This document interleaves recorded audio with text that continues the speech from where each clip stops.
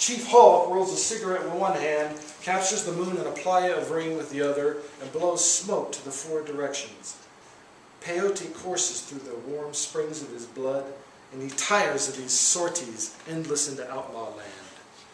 Early Gaian calls his people Inde, the dead. Now, everywhere he rides, astride the border, the north-facing slope of his heart faces the Black Range. In the good days, he shared these excruciatingly beautiful sunsets with his segundo, Geronimo, on mesas of intoxicating light. In the language of Sonora, written on the exoskeletal plane, even on the nightliest nights, read, owls, obscured, feather, flutter, moon. And a sensuous curl of smoke leaves his mouth. He watches the windy bosque cottonwoods of his youth fling rain, become dream trees. Was told to say his prayers and rarely took a scalp. And during a drought, could lead his people to the place where water is born. And the last one is called Ghosting Sonora. And I have a little quote here by the poet Richard Eberhart, who somewhere in his career said, if I could only live at the pitch that is near madness.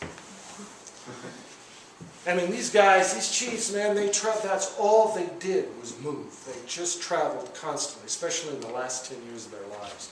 They were just on the move all across Sonora, Chihuahua, the border here. They moved constantly because they were constantly under pressure from the white bluecoats, the cavalry, and the Mexican army.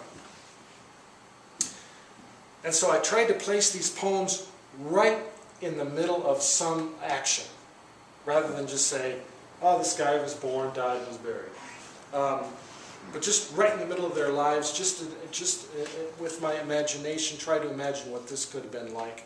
And I don't think I did a very good job. That's not true. But they moved, man. These guys moved like I've never seen. And this is a book written out of history. You know, all just from books I've read, camping down in the Chiricahuas and the Dragoon Mountains, camping on the border. I mean, they're there, man. You can still feel them. It's called Ghosting Sonora. Across this feral gunscape in the shade of the desert bestiaries, the murky autumn calm with the red rock necropolis, in the blue darkness of the ragged hondos, a cape depopulated hell, the stutterer, Ho, chief of the Chiricahua, romps. Beat, no born to kill tattoos on his forearm, he has a tribe of bitter deaths to bury.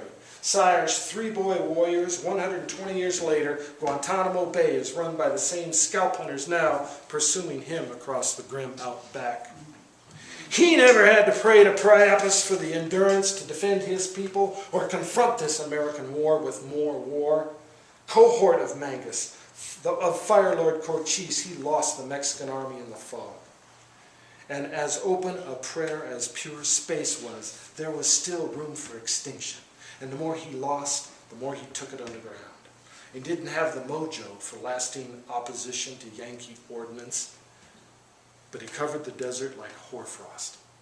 And tonight, I salute the old chief with my Cormac McCarthy existentialist long road whiskey neat. James McMurtry is singing Too Long in the Wasteland, and one November, he fell off his Spanish pony into the river and drowned.